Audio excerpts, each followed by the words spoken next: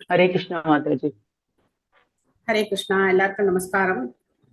ஓம் நமோ பகவதே வாசுதேவாய. ஓம் நமோ பகவதே வாசுதேவாய.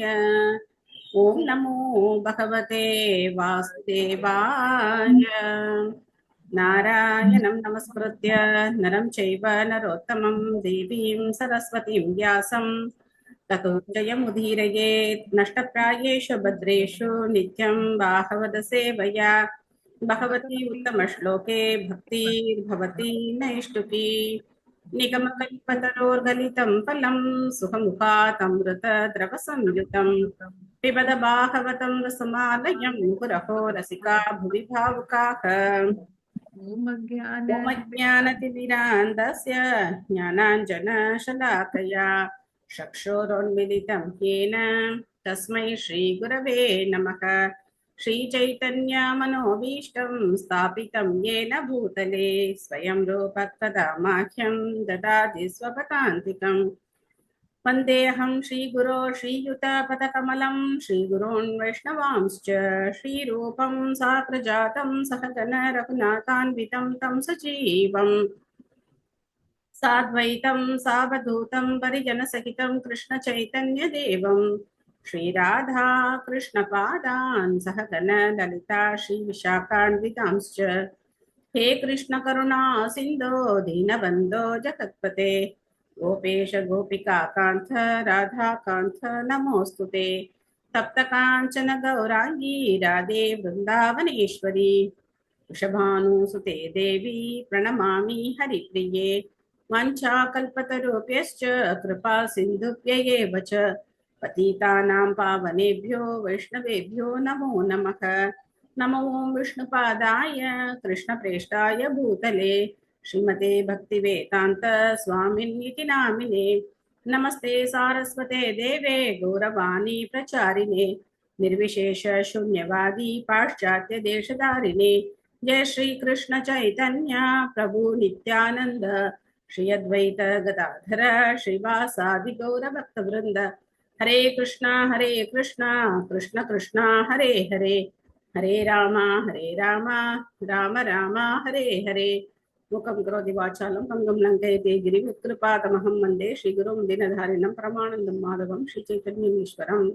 हरिः ओं तत्सत्। हरे कृष्णा ते यस्मिन् दुष्करं सुकरं भवेत् स्मरेत् विपरीतं च श्रीचैतन्यं नमामिथम्। हरे कृष्णा प्रभु हरे कृष्णा हरे कृष्णा हरे कृष्णा नमस्कार माता जी। हरे कृष्णा माता जी हरे कृष्णा हरे कृष्ण माताजी हरे कृष्णा। நேத்து என்ன பார்த்தோம் பாகவதத்துல சொல்லாமா பாயிண்ட்ஸ்? ஹரே கிருஷ்ணா மாதாஜி. எஸ் மாதாஜி ஹக்கிலாம் கர்தமரும் தேவகூதியும் பண்ணிக்கிட்டது ஃபர்ஸ்ட் கிளாஸ் லெவல் அந்த மேரேஜ் அப்படின்னு சொன்னீங்க மாதாஜி. அதுக்கப்புறம் கர்தமர் வந்து முன்னாடியே வந்து அவங்கள்ட்ட அறிவிச்சிட்டாரு, இது மாதிரி குழந்தை பிறந்தோடனே நான் வந்து சன்னியாசம் எடுத்துப்பேன், அதுக்கு ஓகேனா மேரேஜ் பண்ணிக்கலாம்னு சொன்னாருன்னு பார்த்தோம். Okay thank you Mataji thank you. வேற ஏதாவது? கிரகஸ்த வாழ்விலையும் பக்தி சேவையோடு நம்ம நல்லா வாழ முடியும். Very good thank you. Hare Krishna. Srimad Bhagavatam 3வது அத்தியாயம். ஹரே கிருஷ்ணா மாதாஜி. திருமணம் பண்றது ஒரு நிமிஷம் இருங்க பிரபு. விமலா தேவி மாதாஜி. திருமணம் பண்றதுல 8 விதமான திருமணம் பண்றவங்க இருக்கு அப்படின்னு சொல்லி பார்த்தோம். ஓகே. அதுல அந்த சத்திரியர்கள் வந்து பெண்களை கவர்ந்து போய் திருமணம் பண்ணுவாங்க, அந்த மாதிரி இருக்கு அப்படின்னு. அந்த மாதிரி திருமணங்கள் இருக்குன்னு பார்த்தோம். இருக்கு. ஹரே கிருஷ்ணா. ஆனா கலியுகத்துல அது தடை செய்யப்பட்டிருக்கு அப்படின்னு. தடை செய்யப்பட்டிருக்கு. ஹரே கிருஷ்ணா. நன்றி. தேங்க்யூ. எஸ் பிரபு. கணேசன் பிரபு. ஹரே கிருஷ்ணா. அது கிருஷ்ணரை தான் அவர் வந்து எப்போதும் இது பண்ணார்.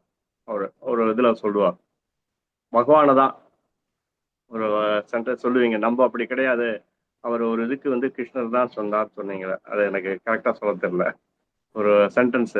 Okay okay. அவர் என்ன பண்ணார் அப்படின்னா கண்டிஷன் சொல்லிட்டு உடனே கிருஷ்ணரை தியானம் பண்ண ஆரம்பிச்சிட்டார். வேற என்ன முன்னும் அவருக்கு மனசுல வரல. சொல்லிட்டார், இந்த மாதிரி நான் ஒரு குழந்தை பிறந்ததுக்கு அப்புறம் நான் வந்து சன்னியாசம் ஏத்துப்பேன் அப்படின்னு சொல்லிட்டு பேசுறது நிறுத்திட்டார். ஆனா அவருடைய மனம் யார் மேல போச்சு? கிருஷ்ணர் மேல போச்சு. ஆனா நம்ம அப்படி இருக்கிற சமயத்துல நம்ம என்ன பண்ணுவோம் அப்படின்னா பலது சிந்திச்சுட்டே அப்படின்னு. ஓகே தேங்க்யூ பிரபு. நல்ல பாயிண்ட் கொண்டு வந்தீங்க. Thank you. குழந்தை ஹரே கிருஷ்ணா மாதாஜி. சொல்லுங்க பிரபு, கால்நாதன் பிரபு. குழந்தை பிறந்தாலும் அவர் 9 பொம்பளை பிள்ளைய பிறகுதான் கபிலர் கடைசியா பிறந்தது. அப்ப அவர் இடையில குழந்தை பிறந்தாலும் அவரை விட்டுட்டு போறேன்னு சொல்லிக்க அவர் சொன்னார் பொம்பளை பிள்ளை அனுப்பி பிறந்தது, கடைசி ஆம்பளை பிள்ளை பிறகு மட்டும் இருக்கும். அப்புறம் தான் அவர் வந்து கிளம்பி போறார். ஓகே, தேங்க்யூ பிரபு. ஸ்ரீமத் பாகவதம் 3வது ஸ்கந்தம் 22வது அத்தியாயம். மனுவுக்கும் சாரி, இங்க வந்து டைட்டில் வந்து மாத்தி போட்டிருக்காங்க. ஸோ நிறைய மிஸ்டேக்ஸ் இருக்கு. கர்தம முனிவருக்கும் தேவஹூதிக்கும் திருமணம், அதான் டைட்டில் மாறி இருக்கு. அதை வந்து நம்ம மாத்திக்கணும். 28வது பதம். தமாயாந்தமபித்ரேய பிரம்மா வர்த்தா பிரஜாஹ பதீம் கீத சம்ஸ்துதிவாதித்ரைஹி பிரத்யுதியுஹு பிரஹர்ஷிதாக. மொழிபெயர்ப்பு பொருளுரை வழங்கியவர் திவித்ராச பக்திவேதாந்த சுவாமி ஸ்ரீல பிரபுபாத் கி ஜெய். மொழிபெயர்ப்பு. அவர் வரவை அறிந்து மிகவும் மகிழ்ந்து அவர் குடிமக்கள் பாட்டுக்கள் போற்றுதல்கள் வாத்திய இசையுடன் திரும்பி வரும் மன்னரை வரவேற்க பிரம்மாவர்த்தத்திலிருந்து வந்தார்கள். சோ இப்போ சுயம்பு முனி என்ன பண்ணிட்டார், கல்யாணம் பண்ணி கொடுத்துட்டு அவருடைய பரிவாரங்களோட உடனே கிளம்பி போயிட்டார். இனிமே இந்த அத்தியாயத்தினுடைய இறுதி வரைக்கும் அவர் எப்படி அவருடைய இடத்துக்கு போய் சேர்ந்தார், என்ன மாதிரி ஆட்சி பண்ணார் அப்படிங்கறத தான் நம்ம வந்து பார்க்க போறோம். அடுத்த அத்தியாயத்துலதான் கர்தம முனிவரும் தேவஹூதியும் எப்படி வாழ்ந்தார்கள் அப்படிங்கிறத பார்க்க போறோம். சோ அதனால அவரை வரவேற்கிறதுக்காக குடிமக்கள் என்ன பண்ணாங்க, இந்த மாதிரி வாத்திய கருவிகள் எல்லாம் வாசிச்சு அவரை வரவேற்றாங்க. இந்த நிகழ்வை பார்க்கும்போது நமக்கு என்ன நிகழ்வு ஞாபகம் வருது? கிருஷ்ணர் துவாரகைக்கு திரும்பினோடனே வரவேற்று. Very good. கிருஷ்ணர் துவாரகைக்கு திரும்பும் போது எப்படி வந்து துவாரகா வாசிகள் அவரை வரவேற்றாங்க அப்படின்னு ராமர் திரும்ப வரும்போது, திருமணம் பண்ணி வரும்போது மக்கள்லாம் வரவேற்றார்கள் இல்லையா? சோ அப்புறம் 14 வருஷம் கழிச்சு வரும்போது மக்கள் எல்லாம் விளக்கேற்றி வச்சு வரவேற்றாங்க. அதுதான் தீபாவளி அப்படின்னு கொண்டாடுறோம். சோ இந்த மாதிரி வரவேற்பு நிகழ்ச்சிகள் அந்த நாள்ல ஒரு விமர்சையா நடந்திருக்கிறத நம்ம பாக்குறோம். உமா மாதாஜி படிக்கிறீங்களா?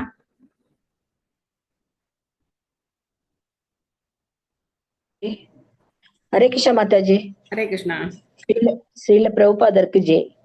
மன்னர் தன் பயணத்தில் இருந்து திரும்பும் போது ஒரு ராஜ்யத்தின் தலைநகரின் குடிமக்கள் அவரை வரவேற்றல் வழக்கமாகும். கிருஷ்ணர் குருஷேத்திர போர்க்களத்தில் இருந்து துவாரகைக்கு திரும்பும் போதும் இது போன்ற வர்ணனை உள்ளது. அந்த சமயத்தில் நகரத்தின் வாயிலில் எல்லா பிரிவு குடிமக்களாலும் அவர் வரவேற்கப்பட்டார். முன்னாளில் தலைநகரங்கள் அவர்களால் சூழப்பட்டிருந்தன. வழக்கமான நுழைவுக்கு பல்வேறு வாயில்கள் இருந்தன. இன்றும் டெல்லியில் பழைய வாயில்கள் உள்ளன. சில பிற பழைய நகரங்கள் குடிமக்கள் கூடி மன்னரை வரவேற்கும் அம்மாதிரி வாயில்கள் கொண்டுள்ளன.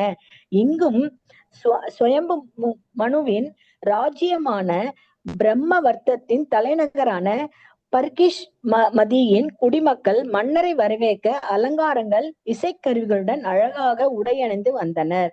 தேங்க்யூ மாதாஜி. ஹரே கிருஷ்ணா. தேங்க்யூ மாதாஜி. பாருங்க, பிரபுபாதரும் வந்து பொருளுரையில துவாரகாவுடைய நிகழ்ச்சியை குறிப்பிட்டிருக்காரு. சோ இதுதான் வந்து முறை. நம்ம வந்து ஒரு விஷயத்த படிக்கும் போது இதுக்கு முன்னாடி எங்க என்னெல்லாம் நடந்திருக்கு, பகவானுடைய லீலைகள் அந்த மாதிரி எங்க நடந்திருக்கு அப்படிங்கறத நினைவுபடுத்தி நம்ம அதோட தொடர்பு படுத்தி பாக்குறது அப்படிங்கிறது ரொம்ப ஆனந்தமான ஒரு விஷயம். பர்ஹிஷ்மதி நாம புரி சர்வ சம்பத் சமன்விதாக ஞபதன் யத்ர ரோமானி யஜ்ஞஸ்யாங்கம் விதும்பதக குஷாக கஷாஸ்த ஏபாசன் சத்வத்ரித வர்ஷஷஹ ருஷயோஹை பராபாவ்ய யஜ்ஞமீஜிரே. எல்லாவித செல்வமும் நிறைந்த நகரமாகிய பர்ஹிஷ்மதி அப்பெயரால் அழைக்கப்பட்டது. ஏனென்றால் பகவான் விஷ்ணுவின் முடி அவர் வராகாவதாரமாக வெளிப்பட்ட போது அவர் உடலில் இருந்து அங்கு விழுந்தது. அவர் தன் உடலை குலுக்கிய போது அந்த முடி விழுந்தது. அது குஷா புல்லாகவும் கஷா புல்லாகவும் வாய்க்காக பயன்படுத்தப்படும் மற்றொரு வகை புல் மற்றும் பசுமையானதாக மாறியது. இதை கொண்டு முனிவர்கள் அவர்களின் வேள்வி சடங்கில் தலையிட்ட தீயவர்களை தோற்கடித்த பின்னர் பகவான் விஷ்ணுவை வழிபட்டார்கள். சோ இந்த பர்ஹிஷ்மதி நகரத்துக்கும் பகவானுடைய வராக அவதாரத்துக்கும் நெருங்கிய தொடர்பு இருக்கு அப்படின்னு பாக்குறோம். அவருடைய உடல்ல இருந்து விழுந்த அந்த ரோமங்கள்ல இருந்து இந்த குஷா புல் அப்படிங்கிறது நமக்கு தர்பை புல். இன்னொரு புல்லும் இருக்கு அப்படிங்கிறத பாக்குறோம். இந்த புற்கள் எல்லாம் வளர்ந்து அந்த நகரத்தை ரொம்ப அழகா செழுமையா வச்சிருந்தது. இந்த புல்லுனால என்ன நன்மை அப்படின்னா, முனிவர்கள் தங்களுடைய யாகங்களை சிறப்பா நடத்தி பகவானை திருப்திப்படுத்தினாங்க. மீனா எம் மாதாஜி படிக்கிறீங்களா? ஹரே கிருஷ்ணா மாதாஜி. ஹரே கிருஷ்ணா. பொருளுரை தந்த ஸ்ரீல பிரபுபாதருக்கு ஜெய். பரமபுருஷ பகவானுடன் தொடர்பு கொண்டுள்ள எந்த இடமும் பிதஸ்தானம் எனப்படுகிற ஸ்வயம்புவ மனுவின் தலைநகரான பர்ஹிஷ்மதி செல்வ வளம் பொருள் வளத்தில் சிறந்ததால் உயர்ந்து விளங்கவில்லை. ஆனால் வராக பகவானின் உரோமங்கள் அந்த இடத்தில் விழுந்ததால் உயர்ந்து விளங்கியது. பகவானின் இந்த முடிவுகள் பின்னர் பசுமையான புல்லாக வளர்ந்தன. பகவான் தீயோனாகிய ஹிரண்யாக்ஷனை கொன்ற பிறகு முனிவர்கள் அந்த கொண்டு பகவானை வழிபடுவது வழக்கம். யக்ஞா என்றால் விஷ்ணு. பரமபுருஷ பகவான் பகவத்கீதையில் கர்மம் என்பது பகவானின் திருப்திக்காக மட்டுமே செய்யப்படும் வேலை என்று பொருள்படும். புலன் திருப்திக்காக அல்லது வேறு நோக்கத்திற்காக ஏதேனும் செய்யப்பட்டால் அது வேலை செய்பவரை கட்டுப்படுத்தும். ஒருவர் அவர் வேலையின் எதிர் செயலிலிருந்து விடுபட விரும்பினால் அவர் விஷ்ணு அல்லது யக்ஞாவின் திருப்திக்காக எல்லாவற்றையும் செய்ய வேண்டும். ஸ்வயம்புவ மனுவின் தலைநகராகிய பர்ஹிஷ்மதியில் இந்த செயல்கள் சிறந்த முனிவர்கள் ஞானிகளால் செய்யப்பட்டன. ஹரே கிருஷ்ணா மாதாஜி. தேங்க்யூ மாதாஜி. என்ன ஸ்லோகம் இது? பகவத்கீதையுடைய ஸ்லோகம். என்ன ஸ்லோகம்? கர்மம் அப்படின்னாலே அது பகவானுடைய திருப்திக்காக செய்யப்பட வேண்டும். இல்லை அப்படின்னா அந்த செயல் செய்யறவங்களை பந்தப்படுத்தும். என்ன ஸ்லோகம்?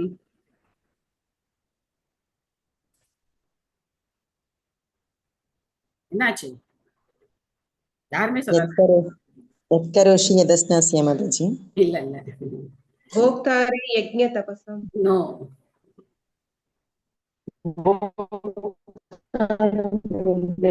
யஜ்ஞார்த்தாத் கர்மணோன்யத்ர லோகோயம் கர்ம பந்தனக ததர்த்தம் கர்ம கௌந்தேய முக்த சங்க சமாச்சர.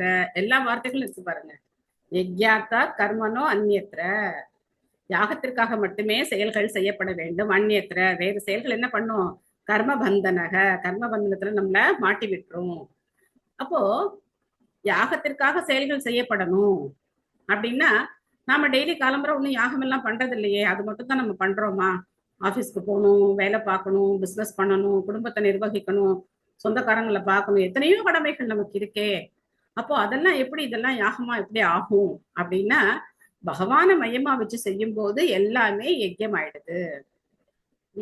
சிம்பிளா வீட்டுல நம்ம சமைக்கிறத பகவானுக்கு நிவேதனம் பண்ணி சாப்பிட்டாலே என்னது? மிகப்பெரிய யாகம். அதே மாதிரி பகவானுடைய நாமத்தை சொல்றது ஒரு யாகம், ஜப யஜ்யம். ஹரே கிருஷ்ண கிருஷ்ண கிருஷ்ண ஹரே ஹரே, ஹரே ராம ராம ராம ஹரே ஹரே. நம்ம வருவாயில ஒரு குறிப்பிட்ட பகுதியை கிருஷ்ணருக்காக செலவிட்டுறது அது ஒரு யாகம். ஆக மொத்தம் நம்ம வாழ்க்கையே என்ன ஆயிடும்? யாகம் ஆயிடும் இல்லையா? போக போக போக நம்ம என்ன பண்ண ஆரம்பிப்போம்? கொஞ்சம் கொஞ்சமா இந்த விஷயங்கள்ல நமக்கு ஈடுபாடு ஏற்படும் போது முழுக்க முழுக்க கிருஷ்ணருக்காகவே நம்ம எல்லா காரியங்களையும் செய்ய ஆரம்பிப்போம். சோ இங்க மாயாப்பூர்ல கொண்டாடாத விழாக்களே கிடையாது. இன்னைக்கு பாத்தீங்கன்னா ஒரு பக்தருடைய 60வது பிறந்த நாள் அப்படின்னு சொல்லி அந்த பக்தர் எல்லாரையும் கூப்பிட்டிருந்தார். அங்க போன உடனே எல்லாருக்கும் யாகத்துல அவங்க காலம்புரை யாகம் பண்ணியிருக்காங்க. அந்த யாக பிரசாதத்தை கொடுத்தாங்க, கையில நரசிம்ம தைலம் கொடுத்தாங்க. இன்னும் வாசம் அவ்வளவு அருமையா இருக்கு. அதுக்கப்புறம் பக்தர்களுக்கெல்லாம் பிரசாதம் கொடுத்தாங்க. எதை கொண்டாடல, என்ன செய்யல? நம்ம இதை கொண்டாடக்கூடாது, அதை கொண்டாடக்கூடாது அப்படிலாம் கிடையாது. எல்லாத்தையும் வைஷ்ணவ முறையில நம்ம என்ன பண்ணலாம்? எல்லா விழாக்கள் எல்லாத்தையும் நம்ம கொண்டாடலாம். சோ நல்ல கீர்த்தனம், பிரசாதம், இந்த மாதிரி எப்பவுமே நம்ம வாழ்க்கையை பகவானோட தொடர்பு படுத்தி வாழ்ந்தோம் அப்படின்னாக்க அது யாகமாகுது. புரியுதா? 3.11 இந்த ஸ்லோகா 3.9 எனக்கு நம்பர் ஞாபகம். யஜ்ஞார்த்தாத் கர்மணோ அன்யத்ர லோகோயம் கர்மபந்தனக ததர்த்தம் கர்ம கௌந்தேய முக்த சங்க சமாச்சர. சோ இந்த ஸ்லோகத்தை மெமரி பண்றதுக்காக வச்சுக்கோங்க. முக்கியமான ஸ்லோகம், ரொம்ப முக்கியமான ஸ்லோகம். குஷசாச்ச மயம் பர்ஹி ஆஸ்தீர்ய பகவான் மனுஹு அயஜன் யஜ்ஞ புருஷம் லப்தா ஸ்தானம் யதோ புவம் மனு குஷ மற்றும் காஷ புல்லாலான இருக்கையை பரப்பி பரமபுருஷ பகவானை வணங்கி அவர் அருளால் இந்த நில உலக உருண்டையின் ஆட்சியை பெற்றார். சோ உலகத்தை அப்படிங்கிறது அவ்வளவுதான். அது வந்து கொஞ்சம் கஷ்டமா மொழிபெயர்ப்பு பண்ணியிருக்காங்க, வேற ஒண்ணும் இல்லை. பொருளுரை நேத்து யாரு இன்னும் படிக்காதவங்க இருக்க? பிரேமா மாதாஜி படிங்க. கிருஷ்ணா மாதாஜி, தண்டவாத் பிரணாம். பிரணாஸ் மாதாஜி. ஹரே கிருஷ்ணா. மனு மனித இனத்தின் தந்தை ஆவார். அதனால் மனுவிடமிருந்து மனிதன் என்ற சொல் அல்லது வடமொழியில் மனுஷ்ய எனும் சொல் வருகிறது. உலகத்தில் நல்ல நிலையில் இருப்பவர்கள், போதுமான செல்வம் உடையவர்கள் மனுவிடமிருந்து பாடங்களை கற்றுக்கொள்ள வேண்டும். மனுவும் பக்தி சேவையில் ஈடுபட்டு உலக அரசாட்சியை ஒப்புக்கொண்டு பொருள் வளத்தை பரமபுருஷா பகவானிடமிருந்து பரிசாக ஏற்றுக்கொண்டவரே. அதுபோல மனுவின் சந்ததிகள் அல்லது மனித உயிர்கள் சிறப்பாக நல்ல நிலைமையில் இருப்பவர்கள் அவர்கள் வைத்திருக்கும் செல்வம் எல்லாம் பரமபுருஷ பகவானிடமிருந்து பெற்ற பரிசுகள் என்று கருத வேண்டும். அந்த செல்வங்கள் எல்லாம் பகவானை மகிழ்விக்க செய்யப்படும். வேள்விகளில் பகவானின் தொண்டிற்காக பயன்படுத்தப்பட வேண்டும். அதுவே செல்வ வளம் பொருள் வளத்தை பயன்படுத்தும் நல்வழியாகும். பகவானின் கருணையின்றி யாராலும் செல்வம், பொருள் வளம், நல்ல பிறவி, அழகிய உடல் அல்லது நல்ல கல்வி இவற்றை அடைய இயலாது. அதனால் அம்மாதிரி மதிப்பான வசதிகளை பகவானை வழிபடுவதன் மூலமும் பகவானிடம் தங்களின் நன்றியை தெரிவிக்க வேண்டும். ஒரு குடும்பமோ நாடோ அல்லது சமூகமோ அவ்வாறு நன்றி தெரிவிக்கும் போது அவர்கள் இருப்பிடம் ஏறக்குறைய வைகுண்டம் போல் ஆகிறது. அது இந்த ஜட உலகில் 3 வித தொல்லைகளின் செயலிலிருந்து விடுதலை அடைகிறது. இந்த நாகரீக யுகத்தில் கிருஷ்ணர் பற்றிய உணர்வு நிலையை பரப்பும் குழு எல்லாரிடத்தும் பகவான் கிருஷ்ணரின் மேலாட்சியை ஒப்புக்கொள்ள செய்கிறது. ஒருவர் நம்மிடம் இருக்கும் எல்லா உடைமைகளையும் பகவானின் கருணையில் கிடைத்த பரிசாக கருத வேண்டும். அதனால் கிருஷ்ணர் பற்றிய உணர்வின் மூலம் பக்தி தொண்டில் ஈடுபட வேண்டும். ஒருவர் குடும்பத் தலைவராக அல்லது குடிமகனாக அல்லது மனித சமுதாயத்தின் உறுப்பினராக மகிழ்ச்சியுடன் அமைதியுடன் இருக்க விரும்பினால் ஒருவர் பகவானின் மகிழ்ச்சிக்காக பக்தி தொண்டை தொடர்ந்து வளர்க்க வேண்டும். ஹரே கிருஷ்ண மாதாஜி. நன்றி மாதாஜி. ஹரே கிருஷ்ணா. தேங்க்யூ மாதாஜி. சோ நம்ம கிட்ட இருக்கிறது எல்லாமே பகவான் கொடுத்த பரிசு. நம்முடையது அப்படிங்கிறது எதுவும் கிடையாது. நம்ம கிட்ட திறமை இருந்தாலும் சரி, நம்ம கிட்ட செல்வம் இருந்தாலும் சரி, நம்ம கிட்ட என்ன இருந்தாலும் சரி, அது எல்லாமே பகவான் நமக்கு கொடுத்த பரிசு அப்படிங்கிறத புரிஞ்சுக்கிட்டு அதை நாம பகவானுடைய சேவையில ஈடுபடுத்தணும். ஒருத்தருக்கும் ஒவ்வொரு விதமா பகவான் வந்து கொடுத்திருக்காரு. பகவான் கிட்ட 6 ஐஸ்வர்யங்கள் பூரணமா இருக்கு இல்லையா? 6 ஐஸ்வர்யங்கள் என்னென்ன? அழகு, அறிவு, புகழ், செல்வம், வீரம், பலம், தியாகம், உத்தரவு. 6 ஐஸ்வர்யங்களும் பகவான் கிட்ட பூரணமா இருக்கு. இந்த 6 ஐஸ்வர்யங்களையும் பகவான் நமக்கும் கொடுத்திருக்காரு. குட்டி குட்டியா நமக்கும் கொடுத்திருக்காரு. ஒவ்வொருத்தர்கிட்ட ஒவ்வொரு ஐஸ்வர்யங்கள் கூட இருக்கலாம், குறைச்சலா இருக்கலாம். ஆனா இந்த 6 ஐஸ்வர்யங்களையும் பகவான் தன்னுடைய குழந்தைகளான எல்லா ஆத்மாக்களுக்கும் கொடுத்திருக்காரு. அதை நாம என்ன பண்ணணும்? பகவானுடைய சேவையில திரும்ப ஈடுபடுத்தணும். நம்ம கிட்ட செல்வம் இருக்கலாம், நம்ம புகழுடையவர்களா இருக்கலாம், சோ நம்ம கிட்ட என்ன வேணா இருக்கலாம். பகவானுடைய ஐஸ்வர்யங்கள்ல கொஞ்சம் கொஞ்சம் நம்ம கிட்ட இருக்கலாம். அதை எல்லாத்தையும் நம்ம பகவானுடைய சேவையில ஈடுபடுத்தணும். பெரிய நாட்டுடைய தலைவர்களா இருந்தா கூட அவங்களும் பக்தியில ஈடுபடணும்.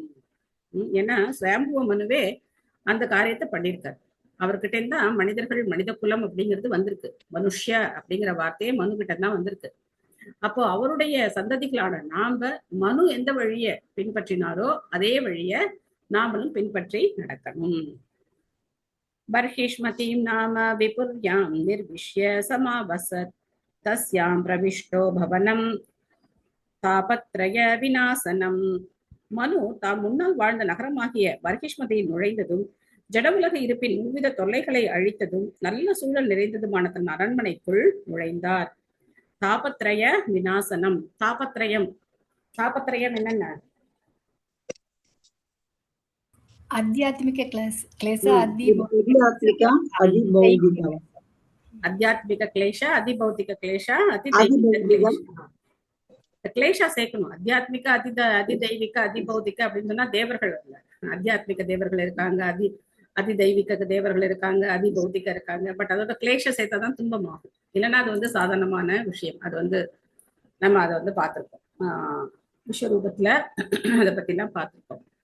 சோ இந்த தாபத்ரயம், இந்த 3 தாபத்ரயங்களும் என்ன ஆகுது? விநாசனம், இல்லாம போயிடுறான். சோ இதே வார்த்தை வந்து பார்த்தோம் அப்படின்னா பாகவதத்துல முதல் ஸ்கந்தத்துல 2வது ஸ்லோகத்துல வரும். 2வது ஸ்லோகத்துல தர்ம புரோஜித கைத்தவோ அத்ர பரமோ நிர்மத்சரானாம் சதாம் வேத்யம் வாஸ்தவம் சிவதாம் தாபத்ரயோன்மூலனம். தாபத்ரய உன்மூலனம்.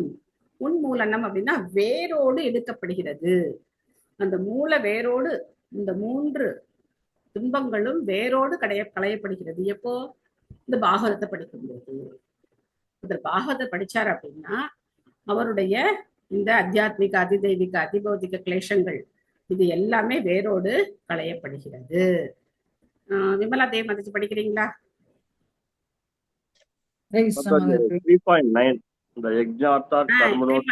ஓகே, தேங்க்யூ பிரபு, தேங்க்யூ. 3.9 யாருக்கெல்லாம் மெமரி ஸ்லோகா மெமரி பண்ணணும்னு இருக்கோ இந்த ஸ்லோகாவை மெமரி பண்ணிக்கோங்க. தேங்க்யூ பிரபு. ஹரே கிருஷ்ணா மதிச்சு படிங்க. ஸ்ரீல பிரபுபாதருக்கு ஜெய். பூவுலகம் அல்லது பூவுலக வாழ்வு 3 வித தொல்லைகள் நிறைந்தது. உடல் உள்ளம் தொடர்பான தொல்லைகள், இயற்கை தொல்லைகள் மற்றும் பிற வாழும் உள் பொருட்களால் சுமத்தப்பட்ட தொல்லைகள் ஆகியன.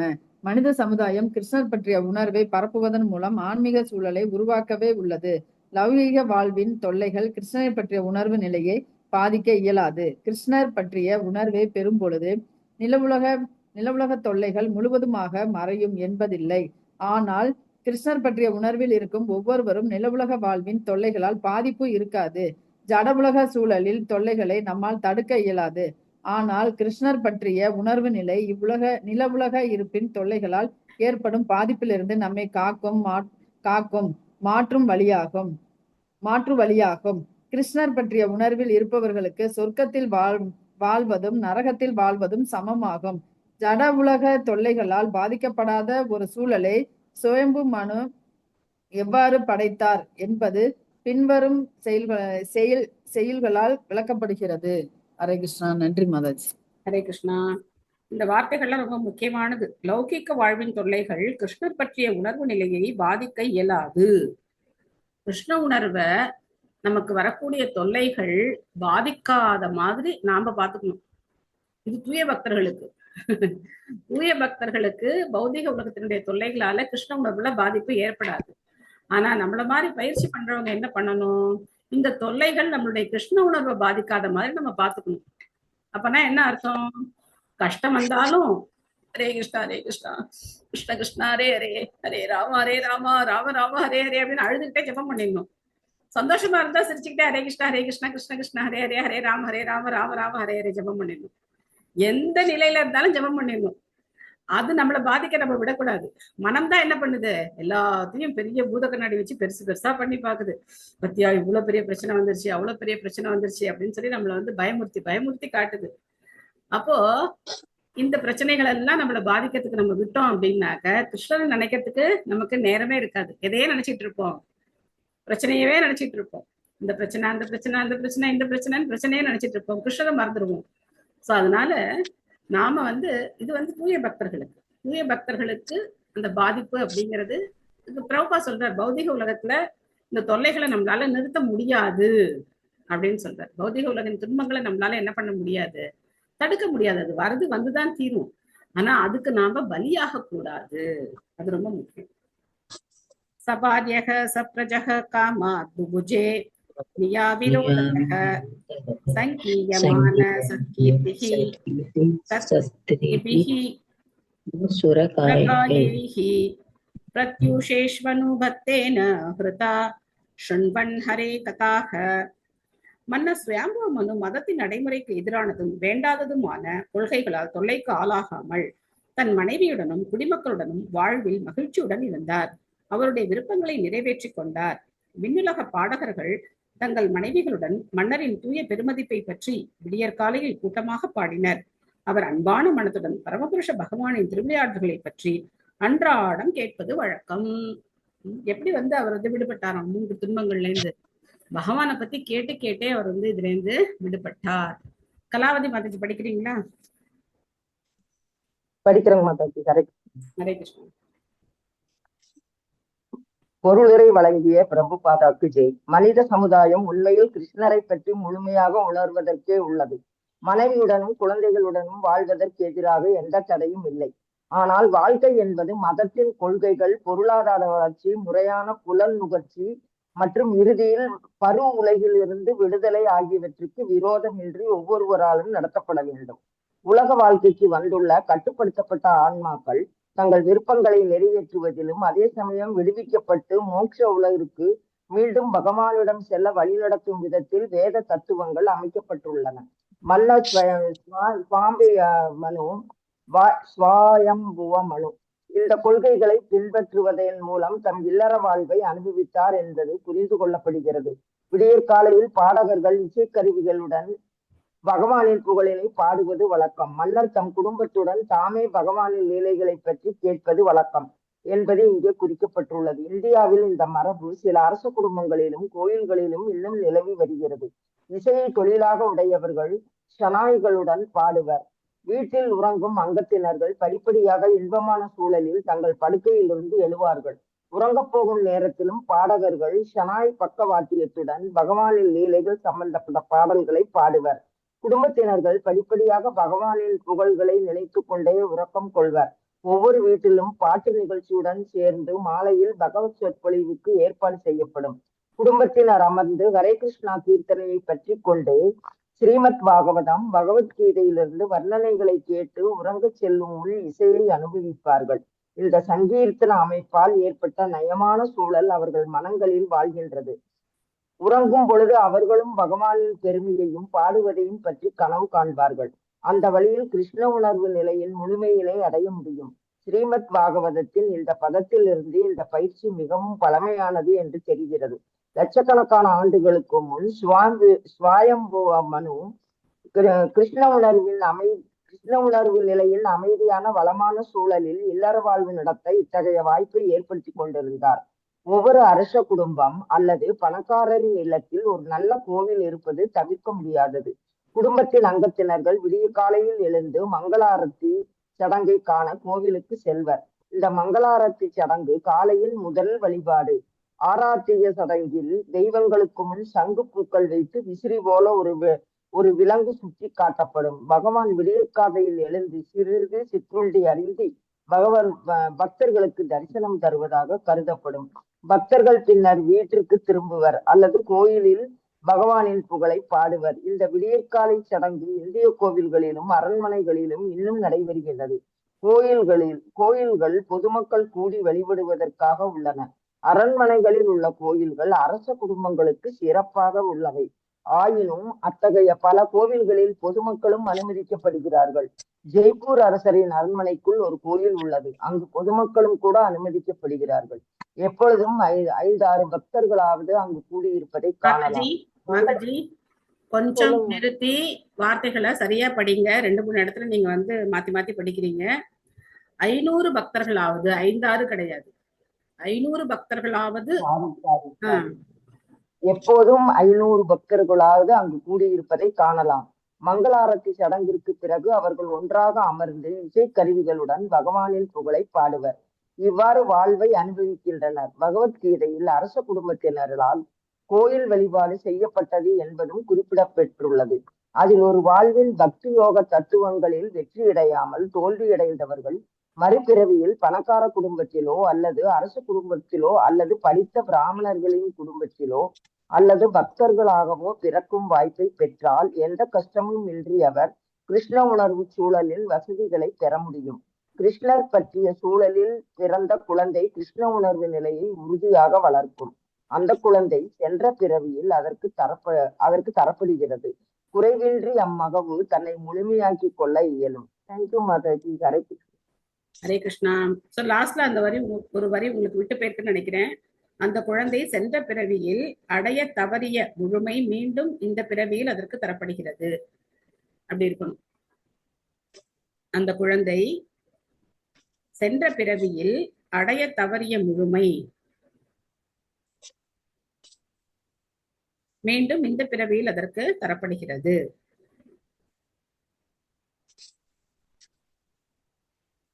பிரபுபாதர் மன்னர்கள் அந்த காலத்துல எப்படி வாழ்ந்தாங்க அப்படிங்கிறத சொல்றார். இன்னைக்கும் ஜெய்ப்பூர் கோவில் எல்லாம் அரசர்களுடைய கோவில் தான். இங்கேயே நம்ம பார்க்கலாம். சோழ மன்னர்கள், சேர மன்னர்கள், பாண்டிய மன்னர்கள் எல்லாரும் பகவானுக்கு எப்பேற்பட்ட ஆலயங்களை எழுப்பியிருக்காங்க அப்படின்னு பார்க்கலாம். ஆனா இன்னைக்கு இருக்கிற மன்னர்கள்லாம் என்ன பண்றாங்க? கோயில் சொத்தெல்லாம் அவங்க பாக்கெட்டுக்குள்ள போட்டுக்கிறாங்க. சோ ஆனா அந்த காலத்துல மன்னர்கள் பக்தியோட இருந்து நாட்டையும் ஆட்சி பண்ணியிருக்காங்க. இன்னைக்கு எந்த அரண்மனையும் கிடையாது பாத்தீங்கன்னா. சோழர்கள் வாழ்ந்த அரண்மனை எல்லாம் கிடையாது. ஆனா அவங்க கட்டி வச்ச கோவில் எல்லாம் இன்னைக்கும் இருக்கு இல்லையா? பகவானுக்காக அவங்க எழுப்பிய கோவில்கள் எல்லாம் இருக்கு. சோ அந்த மாதிரி பக்தியோட இருந்து அவங்க வந்து ஆட்சி பண்ணியிருக்காங்க. சோ இந்த மங்களார்த்தி அப்படிங்கிற அந்த சடங்குல என்னென்ன செய்யப்படும்? சங்கு பூக்கள் கிடையாது, கொஞ்சம் நிறுத்தி படிக்கணும். சங்கு பூக்கள் வைத்து விசிறி போல ஒரு விளக்கு சுற்றி காட்டப்படும். விளக்கு நம்ம வந்து 5 முகம் வைத்த விளக்கு, திரி 5 முகம் வைக்கிற மாதிரி ஒரு திரி வைக்கிற மாதிரி. இது வந்து நம்ம குத்து விளக்கு கிடையாது. இந்த விளக்கு வந்து இப்படி இருக்கு, பாத்திருக்கீங்களா? இந்த விளக்கு பாத்திருக்கீங்களா? இஸ்கான்ல இருக்கிற விளக்கு பாத்திருக்கீங்களா? காட்டுறதுக்காக 5 ஆர்த்தி காட்டுறதுக்கு வச்சிருப்பாங்க. ஆர்த்தி காமிப்பாங்க, அப்படிதான் ஆர்த்தி காமிப்பாங்க. சோ அதை வச்சு என்ன பண்ணுவாங்க? பகவானுக்கு ஆரத்தி காமிப்பாங்க. அதுக்கப்புறம் அந்த ஆரத்தி எல்லாருக்கும் எடுத்து காமிப்பாங்க. சோ அந்த மாதிரி அதுல சங்கு இருக்கும், பூ வச்சிருப்பாங்க, ஒரு சின்ன தட்டுல ஒரு சின்ன கர்ச்சீஃப் இருக்கும். ஆரத்தி பிளேட்ல என்னென்ன வைக்கணும் அப்படின்னாக்க, முதல்ல இந்த 5 திரி வச்சு இந்த தீபாரதி பண்றதுக்கான அந்த இது. அதுக்கப்புறம் ஒரு சின்ன தட்டுல கொஞ்சம் புஷ்பங்கள், அதுக்கப்புறம் ஊதுபத்தி, குறைந்தது 3 ஊதுபத்தியாவது வைக்கணும். 3 ஊதுபத்தி, அதுக்கப்புறம் ஒரு சின்ன கர்ச்சீஃப், சங்கு வைக்கிறதுக்கு ஒரு சின்ன ஸ்டாண்டு, ஒரு இப்படி கட்டையா இருக்கும் ஒரு ஸ்டாண்டு, அதுல சங்கு வைக்கணும். அதுக்கப்புறம் ஒரு கிண்ணத்துல கொஞ்சம் ரோஸ் வாட்டர் பன்னீர் கலந்து அந்த தீர்த்தம் வைக்கணும். அதுக்கப்புறம் சாமரம், அதுக்கப்புறம் இது மயிலிறகு வச்ச அந்த விசிறி. இதுதான் ஆரத்தி பண்றதுக்கான பாரஃபின்லியா, அதாவது உபகரணங்கள். முதல்ல ஊதுபத்தினால நம்ம அப்ப வீட்டுல சூடெல்லாம் காமிக்க தேவையில்லையா மாதாச்சி? சூடம் காமிக்கலாம், காமிக்க கூடாதுன்னா கிடையாது. ஆனா நெய் விளக்கு, நெய்ல இந்த மாதிரி திரியை நினைச்சு வச்சு பகவானுக்கு ஆரத்தி பண்றது விசேஷம். சூடம் காமிக்க கூடாதுன்னு கிடையாது, காமிக்க. இஸ்கான்ல வரணும் சூடம் காமிச்சா பார்த்ததே இல்லையா, அதனாலதான் மாதாஜி கேட்டேன். காமிப்பாங்க, இங்க நரசிம்மருக்கு காமிப்பாங்க. சரி மாதாஜி, சரி மாதாஜி, தேங்க்யூ. அந்த நெய் விளக்கு எதனால காமிக்கிறாங்க அப்படின்னாக்க, சூடம் உங்களுக்கு கொஞ்ச நேரத்துல அணைஞ்சு போயிடும், அந்த மாதிரி ப்ராப்ளம் எல்லாம் இருக்கு. இது வந்து அதுக்காக நான் இது என்னோட மென்டல் கன்காக்ஷன், இதனாலதான் அப்படின்னு நான் சொல்லல. ஆனா நெய் விளக்குனால ஆரத்தி பண்ணி அதை வந்து அந்த தீபத்தை எல்லாருக்கும் 1000 பேர் வந்தா கூட என்ன பண்ணலாம், எல்லாருக்கும் எல்லாரும் வந்து தீபாரதனை எடுத்துப்பாங்க. அது ஒரு ரீசன் இருக்கு நான் நினைக்கிறேன், இதனாலன்னு எனக்கு தெரியாது. ஆனா நெய் விளக்கு விசேஷமானது. நீங்க சொன்னா தாராளமா காமிக்கலாம், காமிக்க கூடாதுன்னா கிடையாது. மாதாஜி அதே மாதிரி 5 தீபம் உள்ள மாதிரி தான் பண்ணணுமா மாதாஜி? வீட்டுல ஒரு தீபம் நெய் தீபம் ஏத்துறது ஆரத்தி காட்டுறதுக்கு, அது துளசிக்கு தான் ஒரு தீபம் வச்சு ஸ்டார்டிங்ல நீங்க வந்து ஒரு தீபம் காமிக்கிறதுல தப்பு கிடையாது. ஆனா கொஞ்ச நாள் கழிச்சு தீட்சை எல்லாம் வாங்கினீங்கன்னா 5 தீபம் வச்சு ப்ராப்பரா பிரபுபா சொன்ன மாதிரி பண்றது உச்சிதம். எடுத்த உடனே நான் உங்களை கம்பல் பண்ணல 5 தீபம் வச்சுதான் காட்டணும், இல்லைன்னா கிருஷ்ணன் வந்து மூக்க அறுத்துருவாருலாம் கிடையாது. ஆரம்பத்துல உங்களுக்கு எப்படி வசதியோ ஆரத்தி பண்றதுக்கு நம்ம ஆரம்பிக்கணும். ஸ்டார்டிங்ல ஆரத்தி பண்ண ஆரம்பிக்கணும், எப்படி ஆரம்பிக்கிறோமோ அப்படி ஆரம்பிக்கணும். இல்ல நான் 5 தீபம் வச்சு பண்றேன் அப்படின்னு ஆரம்பிச்சாலும் ரொம்ப விசேஷமானதுதான், அதுல எந்த தவறும் கிடையாது. ஒரு தீபத்திலேயே ஆரத்தி பண்ணலாம், தவறு கிடையாது வீட்டுல. ஓகே, திரும்ப நான் வந்து ஃபர்ஸ்ட்ல இருந்து வந்துடுறேன். முதல்ல ஊதுபத்தி. ஊதுபத்தியால என்ன செய்யணும்? பகவானுக்கு ஆரத்தி. அது ஊதுபத்தி காட்டுறதுக்கு முன்னாடி என்ன பண்ணணும்னா, நாம ஆச்சமனம் பண்ணிக்கணும். பெல்லுக்கு மேல ஒரு சொட்டு தண்ணி விடணும், நம்ம கையிலையும் தண்ணி விட்டுக்கணும். ஊதுபத்தியும் நம்ம வந்து தண்ணி விட்டு தூய்மைப்படுத்திக்கிட்டு, அதுக்கப்புறம் அதை விளக்குல நம்ம வந்து காட்டி அதை ஊதுபத்தி ஏத்திக்கிட்டு அதை ஆரத்தி பண்ணணும். ஊதுபத்தி ஆரத்தி பண்ணிட்டு அதை அந்த ஊதுபத்தி ஸ்டாண்டுல வச்சிடணும். வச்சுட்டு திரும்ப நம்ம கையை நம்ம தண்ணி விட்டு கையை நம்ம வந்து தூய்மை பண்ணிக்கணும். ஒண்ணு ஆஃபர் பண்ணிட்டோம், திரும்ப இப்போ வந்து தீபத்தை ஆஃபர் பண்ணும்போது கையில வந்து தண்ணி விட்டு கையை தூய்மை பண்ணிக்கிட்டு தீபம் ஏத்திக்கிட்டு, தீபத்திலையும் அந்த ஹேண்டில் இருக்கும் இல்லையா, அதுலயும் ஒரு சொட்டு தண்ணி விட்டு அதையும் தூய்மைப்படுத்தி அதை வந்து நம்ம காட்டணும்.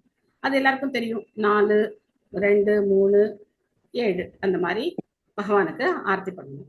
ஸோ அது காட்டிட்டு அதை எடுத்து வச்சுட்டு திரும்ப கையை தூய்மை பண்ணிக்கணும். தூய்மை பண்ணிக்கிட்டு சங்குல கொஞ்சம் தண்ணி விட்டு அந்த தண்ணியை பகவானுக்கு காட்டணும். இதுக்கு வந்து சுற்றுகள் எல்லாம் கணக்கு கிடையாது.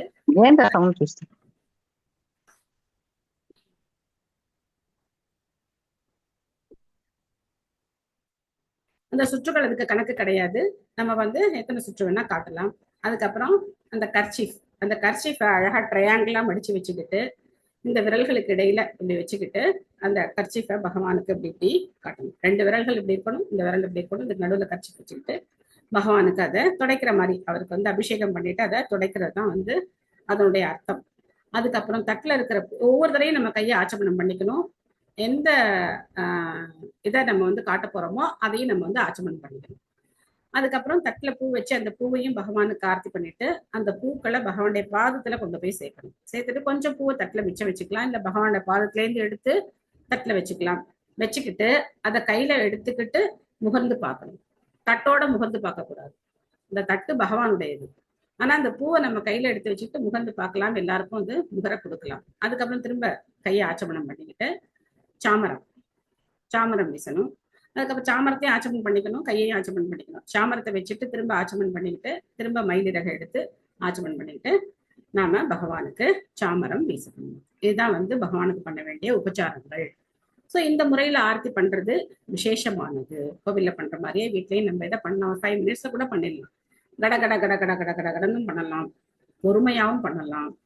பாவம் முக்கியம், உங்களுடைய நேரமும் முக்கியம்.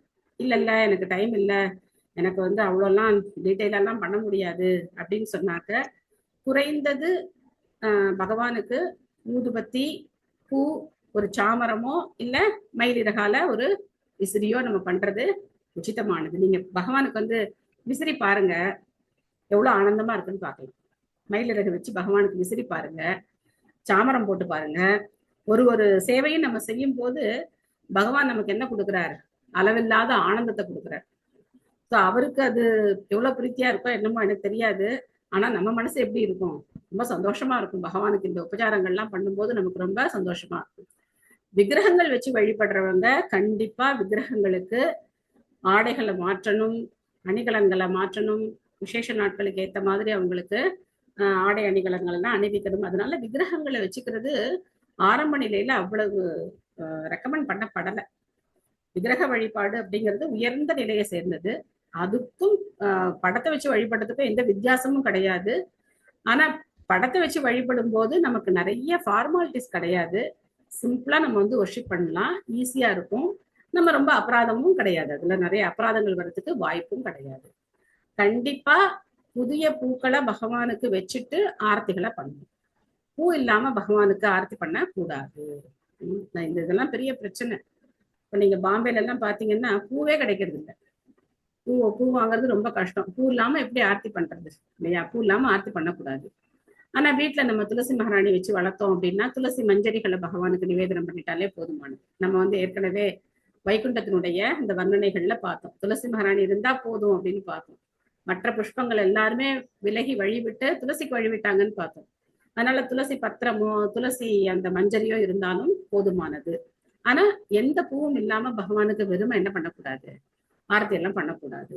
வாசமுள்ள நறுமண மலர்கள், இல்ல நல்ல கலர் கலரான பூக்கள். இஸ்கான்ல வந்து ரொம்ப அது வந்து ஸ்ரீ சம்பிரதாயம் மாதிரி நம்ம ரொம்ப எல்லாம் வந்து அதுல இது பாக்குறது இல்லை. பெரும்பாலும் எல்லா மலர்களையும் பகவானுக்கு அர்ப்பணிப்பாங்க. செம்பருத்தி அந்த மாதிரி ஒரு சில பூக்களை தவிர மீதி பூக்கள் எல்லாம், செம்பருத்தி கூட நம்ம வந்து சத்துர்மாசியத்துல கடைசியில வந்து அதையும் வந்து நம்ம வந்து அர்ப்பணம் பண்றோம். ஓகே. அதுக்கப்புறம் படுக்கும் போதும் காலம்புரை எழுந்திருக்கும் போதும் பகவானுடைய நாம சங்கீர்த்தனத்தோட இருக்கணும் அப்படின்னு பிரபுபாதர் இங்க ரொம்ப ரெக்கமெண்ட் பண்றாரு. ஆனா நமக்கு என்ன சங்கீர்த்தனம் ஓடிட்டு இருக்குன்னு தெரியாது. ஒவ்வொரு வீட்டுல ஒவ்வொரு சங்கீர்த்தனம் ஓடிட்டு இருக்கும். ஸோ பெரும்பாலும் படுக்கிறதுக்கு முன்னாடி கணவன் மனைவிக்குள்ள ஆர்குமெண்ட்ஸ் பண்றது, இல்ல பெரிய பிரச்சனைகளை பத்தி பேசுறது, அதையெல்லாம் தவிர்க்கிறது ரொம்ப நல்லது. நம்மளுடைய ஹெல்த்துக்கும் நல்லது. நல்ல தூக்கம் வரும். காலம்புரை எழுந்து கூட அதை பேசிக்கலாம், தலை போயிடாது. ஆனா ராத்திரி 12 மணி வரைக்கும் சண்டை போடுறது, பேசிட்டு இருக்கிறது, இதெல்லாம் வந்து தவிர்க்கிறது ரொம்ப ரொம்ப உச்சிதமானது. ஏதாவது ரொம்ப டிஸ்கஸ் பண்ணிதான் ஆகணும் அப்படின்னா அமைதியா டிஸ்கஸ் பண்ணணும். காலம்புரை எழுந்து டிஸ்கஸ் பண்ணலாம், தவறு கிடையாது. ஆனா காலம்புரை நம்ம வந்து மங்களார்த்தி பகவானுடைய நாம ஜபம்லாம் பண்ணிட்டோம்னா மனசு அமைதியாயிடும். அதுக்கப்புறம் எந்த பிரச்சனையும் என்ன பண்ணாது, பெருசா தெரியாது. அதை நம்ம வந்து வேற மாதிரி ஹேண்டில் பண்றதுக்கு பகவான் புத்தியை கொடுப்பார். இதெல்லாம் ஒரு அனுபவத்துலதான் சொல்றேன், வேற ஒண்ணும் கிடையாது. தப்பா எடுத்துக்காதீங்க. மாதாஜி. எஸ் மாதாஜி. சாமரம் மயிலிறகு விசிறி எல்லாம் இஸ்கான் கோயில்ல கிடைக்குமா மாதாஜி? கிடைக்கும் மாதாஜி, கிடைக்கும். கிடைக்கும் மாதாஜி. கிடைக்கலன்னா சொல்லுங்க, உங்களுக்கு கொரியர் பண்ணிடுறோம். எஸ் மாதாஜி.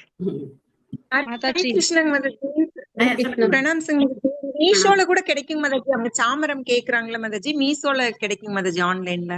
அதெல்லாம் தெரியாது மாதாஜி. அதனால நீங்க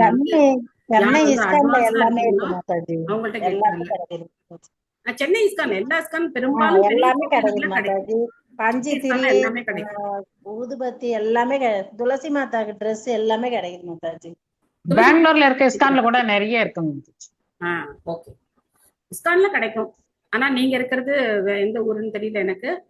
ஸோ உங்களுக்கு வேணும்னா சொல்லுங்க, கொரியர் பண்றோம். உங்களுக்கு என்ன வேணும்னு சொன்னீங்கன்னா உங்களுடைய இதுக்கு தகுந்த மாதிரி உங்களுடைய என்ன சொல்றது எவ்வளவுக்கு நீங்க வாங்கணும்னு நினைக்கிறீங்களோ அதுக்கு, ஏன்னா பல ரேட்ல இருக்கு, அதனால அதுக்கு தகுந்த மாதிரி நீங்க வாங்கிக்கலாம். Okay madam. நிஷ்ணாதம். மாதாஜி செம்பருத்தி பூ வைக்க கூடாது நீங்க எதுக்கு மாதாஜி? செம்பருத்தி பூ பொதுவா வந்து இந்த சிவப்பு நிற அரளிப்பூக்கள், செம்பருத்தி பூலாம் வந்து காளி தேவிக்கு தான் வழிபடுறதுக்கு வைப்பாங்க. அதனால அரளிப்பூவோ செம்பருத்தி பூவோ பகவானுக்கு வைக்கிறது கிடையாது. குறிப்பிட்ட விசேஷங்கள்ல மட்டும் வைக்கிறோம். மற்றபடி ரெகுலரா வந்து அது வைக்கிறது கிடையாது. மாதாஜி ஒரு சில மாதாஜி ஒரு டவுட். மாதாஜி பூஜை பண்ணும்போது துளசி மகாராணியும் சேர்த்து பூஜை அறை கிட்ட வச்சு கும்பலாமா மாதாஜி? தாராளமா துளசி மகாராணி வச்சேதான் கும்பிடணும் மாதாஜி. இப்ப சாயங்காலம் இரவுனா சாயங்காலம் நேரம் எல்லா செடியும் தூங்குற மாதிரி துளசி மகாராணி தூங்கிடுவாங்கல்ல, நம்ம சாயங்காலம் தூக்கிட்டு போய் அங்க வச்சு திரும்ப தூக்கிட்டு வந்துங்க வெளியில வைக்கிறதுக்கு, அது அவங்களுக்கு டிஸ்டர்பா இருக்காதா மாதாஜி? அது பக்கத்து பயமா இருக்கு. காலம்பரை என்ன பண்ணணும், ராத்திரி ஆயிடுச்சு அப்படின்னா துளசி மகாராணியை கொண்டு போய் வெளியில நம்ம வந்து நில ஒளியில வைக்கணும். சரிங்களா? அது வந்து அவங்களுக்கு, அதுதான் அவங்களுக்கு ஏற்ற ஒரு இது. அவங்களுக்கு நில ஒளியில வச்சு அந்த காத்து நில ஒளி இதெல்லாம் அந்த துளசி மகாராணிக்கு ரொம்ப வேண்டியது. அவங்களுக்கு அதை வைக்கணும். காலம்பரை நம்ம பூஜை பண்ணும்போது கொண்டு வந்து திரும்ப நம்ம பூஜை அறையில வச்சுட்டு பூஜை முடிஞ்சு திரும்ப அவங்களை கொண்டு போய் என்ன பண்ணணும், வெயில் படுற இடத்துல வச்சு நம்ம அவங்களுக்கு நீர் வார்த்து என்ன பண்ணணுமோ அதெல்லாம் பண்ணணும். துளசி பூஜை தனியா பண்ண முடிஞ்சவங்க பண்ணலாம். துளசி பூஜை தனியா பண்ண முடியாது அப்படின்னு நினைக்கிறவங்க ஆர்த்தி காட்டும்போது துளசி மகாராணிக்கும் ஆர்த்தி காட்டிட்டா துளசி ஆர்த்தி பண்ண மாதிரியும் ஆயிடும். ஸோ அதனால சேர்த்து பண்ணணும் அப்படின்னாலும் பண்ணிடலாம், தவறு கிடையாது. வீட்டுல, கோவில்ல கிடையாது, வீட்டுல பண்ண வேண்டிய அட்ஜஸ்ட்மெண்ட், சின்ன சின்ன அட்ஜஸ்ட்மெண்ட், அவ்வளவுதான். ஹரே கிருஷ்ணா மாதாஜி.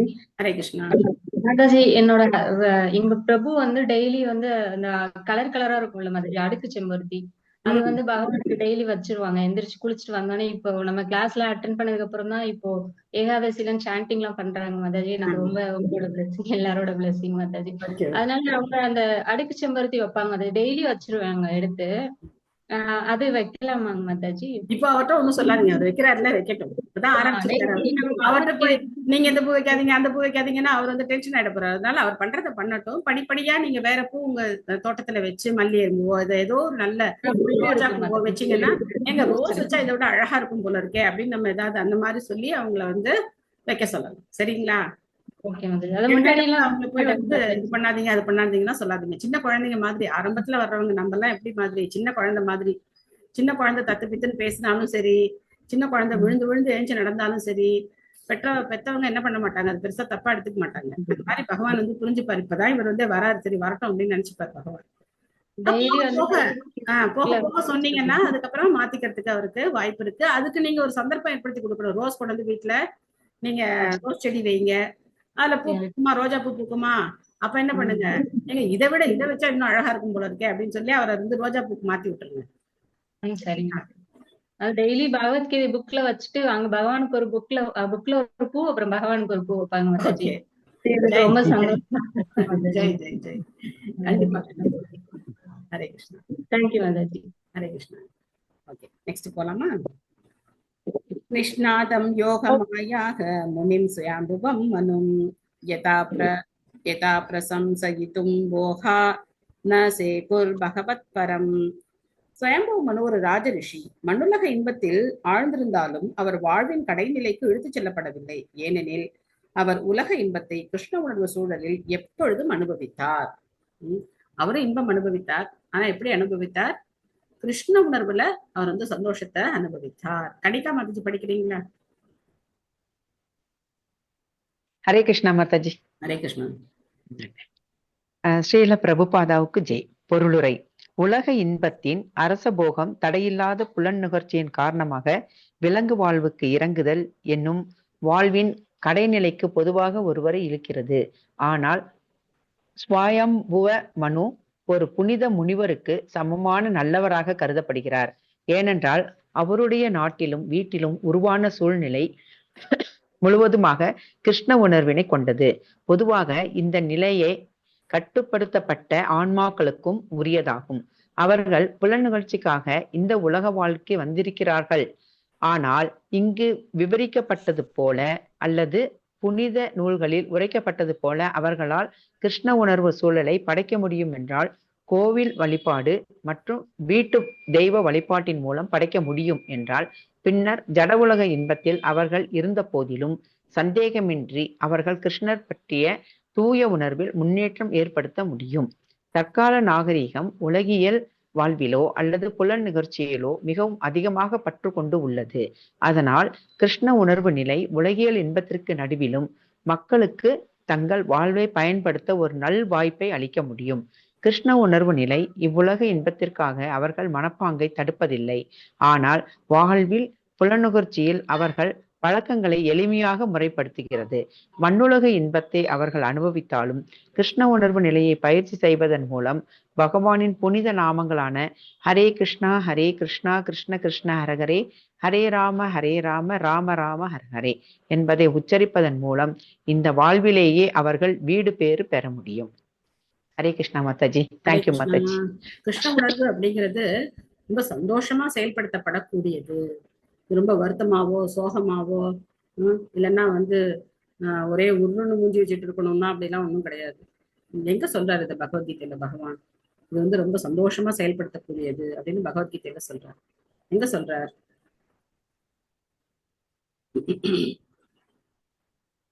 ராஜவித்யா ராஜகுஹ்யம் பவித்ரம் இதமுத்தமம் பிரத்யக்ஷாவகமம் தர்மியம். அடுத்த வரி என்ன சொல்றார்? அடுத்த வார்த்தை சுசுகம் கர்த்தும் அவ்யயம். என்ன அர்த்தம்? சுசுகம் சாதாரண சந்தோஷம் கிடையாது. இது சுசுகம் எல்லையற்ற ஆனந்தத்தை தரக்கூடியது அப்படின்னு சொல்றார். சுசுகம் கர்த்தும் அவ்யயம் அப்படின்னு சொல்றார். அதனால கிருஷ்ண உணர்வை பயிற்சி பண்றதுதான் உண்மையான சந்தோஷமே தவிர மற்றபடி சினிமா பாக்குறது, டிராமா பாக்குறது, ஊர் சுத்துறது இதுல எல்லாம் எந்த சந்தோஷமும் கிடையாது. புலன் இன்பத்துல எந்த சந்தோஷமும் கிடையாது. நிறைய இடத்துல பகவான் சொல்றார். ஆயாதயாமாஸ்தஸ்யாசன் யாமாக ஸ்வாந்தரயாபனாக ஷண்வதோ தியாயதோ விஷ்ணு குர்வதோ நிருபதஹ கதாக. அதன் விளைவாக ஒரு மன்வந்திர ஊழி அடங்கிய அவரது நெடிய வாழ்வு ஒரு முடிவுக்கு படிப்படியாக வந்த போதிலும் அந்த வாழ்வு வீணாக கழிக்கப்படவில்லை. ஏனெனில் எப்பொழுதும் பகவானின் திருவிளையாடல்களை உச்சரிப்பதிலும் எழுதுவதிலும் ஆழ்ந்து நினைப்பதிலும் கேட்பதிலும் அவர் ஈடுபட்டிருந்தார். ஒரு மன்வந்திர காலம் அப்படின்னா எத்தனை காலம்? யாருக்கு ஞாபகம் இருக்கு?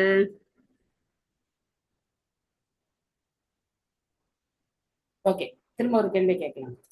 பிரம்மாவோட ஒரு நாள்ல எத்தனை மனுக்கள் வர்றாங்க? 14 மனுக்கள். ஓகே, அப்பனா ஒரு மன்வந்திர காலம் எவ்வளவு பார்த்தோம்?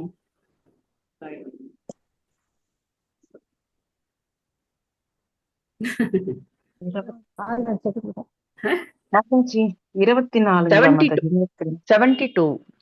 நீங்க ஒரு சதுர்யுகத்தை கூட பண்ணிட்டீங்க. 71 சதுர்யுகங்கள். 72 கிடையாது, 71 சதுர்யுகங்கள் ஒரு மன்வந்திர காலம். 71 சதுர்யுகத்துல அவர் என்ன பண்றாரு? பக்தி பண்ணிட்டு இருக்காரு. நம்மளால கிடைச்ச பக்தியே எவ்வளவு பாதி நாள் கழிச்சுதான் கிடைச்சிருக்கு. அதையும் பக்தி பண்றதுக்கு நமக்கு எப்படி இருக்கு? ரொம்ப கஷ்டமா இருக்கு இல்லையா? நீங்க இதையே சொல்லிட்டு இருக்கணுமா, வேற ஏதாவது பண்ணலாமா அப்படின்னு நம்ம மனசு என்ன பண்ணுது? டைவர்ட் பண்ணுது. ஆனா 71 சதுர்யுகங்கள் அவர் என்ன பண்றார்? பகவானுடைய பக்தி சேவையிலேயே அவர் ஈடுபட்டிருக்கார். ஜி சாந்தி மாதாஜி படிக்கிறீங்களா? ஹரே கிருஷ்ண மாதாஜி. ஹரே கிருஷ்ண. மொழிபெயர்ப்பு பொருளை வழங்கிய தெய்வத்திரு ஆசா பக்தி வேதாந்த சுவாமி ஸ்ரீல பிரபுபாதருக்கு ஜெய். புதிதாக சமைக்கப்பட்ட உணவு மிகவும் சுவையுடையது. ஆனால் 3 அல்லது 4 மணி நேரங்களுக்கு வைக்கப்பட்டால் அது நீர்த்து போய் சுவையிழந்து விடுகிறது. அதுபோல வாழ்வு புதிதாக இருக்கும் வரையே இன்பம் நீடித்திருக்க முடியும். ஆனால் வாழ்வின் முடிவில் எல்லாம் சுவையற்றதாகி விடுகின்றன. எல்லாம் வீணாகவும் வேதனையாகவும் தோன்றுகின்றன. எப்படியும் ஸ்வயம்பு மனுவின் வாழ்க்கை சுவையற்றதாக இல்லை. அவர் வயதான பிறகும் அவருடைய தொடர்ந்த கிருஷ்ண உணர்வினால் தொடக்க நிலையில் இருந்தது போலவே அவரது வாழ்வு புதுமையாக இருந்தது. கிருஷ்ண உணர்வு நிலையில் மனிதனின் வாழ்வு எப்போதும் புதுமையானது. கதிரவன் காலையில் உதயமாகி மாலையில் மறைகிறது. அதன் வேலை எல்லோருடைய வாழ்நாளையும் குறைப்பதாகும் என்று கூறப்படுகிறது. ஆனால் சூரிய உதயம் மற்றும் அஸ்தமனம் கிருஷ்ணரின் உணர்வு நிலையில் ஈடுபட்டு இருப்பவரின் வாழ்நாளை குறைக்க இயலாது. ஸ்வயம்புவ மனுவின் வாழ்வு சிறிது காலத்திற்கு பின் மட்கி போகவில்லை. ஏனெனில் அவர் பகவான் விஷ்ணுவை பற்றி உச்சரிப்பதிலும் தியானிப்பதிலும் ஈடுபட்டிருந்தார். அவரே மிகச்சிறந்த யோகி. ஏனெனில் அவர் ஒருபோதும் நேரத்தை வீணாக்கியதில்லை. இது இங்கு விஷ்ணு குர்வத கதா என்று சிறப்பாக குறிக்கப்பட்டுள்ளது. அவர் பேசிய பொழுது கிருஷ்ணர் மற்றும் விஷ்ணுவை, பரமபுருஷ பகவானை பற்றி மட்டுமே பேசினார். அவர் எதையாவது கேட்ட பொழுது அது கிருஷ்ணரை பற்றியதாக இருந்தது. அவர் தியானித்த பொழுது அது கிருஷ்ணர் பற்றியும் அவர் செயல்பாடுகள் பற்றியதாகவும் இருந்தது. அவர் வாழ்நாள் 71 யுகங்களாக மிகவும் நீண்டு இருந்தது என்று கூறப்படுகிறது. ஒரு யுகம் 4,32,000 ஆண்டுகளில் முழுமையடைகிறது. அம்மாதிரியான 71 யுகங்கள் ஒரு மனுவின் வாழ்நாள் ஆகும். பிரம்மாவின் ஒரு நாளில் 14 மனுக்கள் வந்து செல்கிறார்கள். அவர் வாழ்நாள் முழுமையும் 4,32,000 × 71 ஆண்டுகள் மனு கிருஷ்ணர் பற்றி உச்சரித்தல், கேட்டல், பேசுதல், தியானிப்பதன் மூலம் கிருஷ்ண உணர்வு நிலையில் ஈடுபட்டிருந்தார். அதனால் அவர் வாழ்வு வீணடிக்கப்படவும் இல்லை, மட்கி போகவும் இல்லை. ஹரே கிருஷ்ணா மாதாஜி. நன்றி மாதாஜி. நன்றி மாதாஜி. சோ இந்த பொருளுரையில பிரபுபா சொல்றதுலேருந்து நாம ஒரு விஷயம் என்ன கத்துக்கலாம் அப்படின்னாக்க, புதிதாக சமைக்கப்பட்ட உணவு மிகவும் சுவை உடையது. 3 அல்லது 4 மணி நேரத்துக்கு அப்புறம் அது என்ன ஆயிடுது, நீர்த்து போயிடுது. அதனால பகவானுக்கு நிவேதனம் பண்ணும்போது சமைச்சு 3 மணி நேரத்துக்குள்ள என்ன பண்ணிடணும், நிவேதனம் பண்ணிடணும். அதுக்கு மேல வெயிட் பண்ணக்கூடாது. மேக்சிமம் 3 hours 3 ஹவர்ஸுக்குள்ள பகவானுக்கு நிவேதனம் பண்ணிடணும். அதுக்கப்புறம் நிவேதனம் பண்ணோம் அப்படின்னாக்கா அதுல சுவை இருக்காது. அதனால ஒண்ணு சமைச்ச உடனே நிவேதனம் பண்றது சிறப்பு. இல்ல சில சமயங்கள்ல அந்த மாதிரி முடியல அப்படிங்கும்போது 3 மணி நேரத்துக்குள்ள நிவேதனம் செய்திடணும். அதுக்கப்புறம் இந்த ஸ்லோகம், ஆயுர் ஹரதி வை பும்சாம் உத்யன் ஹஸ்தம் சயன் யசௌ யஸ்யார்த்தே தக்ஷணோ நீத உத்தம ஸ்லோக வார்த்தையா, இல்லையா? சோ அந்த மாதிரி ஒருத்தர் எப்பவுமே கிருஷ்ண உணர்வுல ஈடுபட்டு இருக்கணும். சுயம்புவனுடைய வாழ்நாளை கம்பேர் பண்ணும்போது நம்ம வாழ்நாள் ஒண்ணுமே கிடையாது. 100 வருஷங்கிறது ஒண்ணுமே கிடையாது. அந்த 100 வருஷம் நம்ம பூர்ணமா வாழ்ந்து முடிப்போமா அப்படிங்கிறது நமக்கு தெரியாது. நமக்கு கிடைத்த கிருஷ்ண உணர்வோ ஒவ்வொருத்தருக்கும் ஒவ்வொரு சூழ்நிலையில கிடைச்சிருக்கு. நேற்று ஒரு குட்டி ஒரு மாதாஜி வந்திருந்தாங்க. சோ அவங்களுக்கு இந்த சின்ன வயசுல கிடைச்சிருக்கு. ஒவ்வொருத்தருக்கும் ஒவ்வொரு வயதுல இந்த கிருஷ்ண உணர்வு கிடைச்சிருக்கு. அப்ப நமக்கு கிடைச்ச காலத்துல இருந்து நம்ம என்ன பண்ணணும், இத காலத்தை வீணடிக்காம பயிற்சி பண்ணணும். சகேவம் ஸ்வாந்தரம் நித்யே யுகானா மேக சப்திதம் வாசுதேவ பிரசங்கேன பரிபூத கதித்ரயக.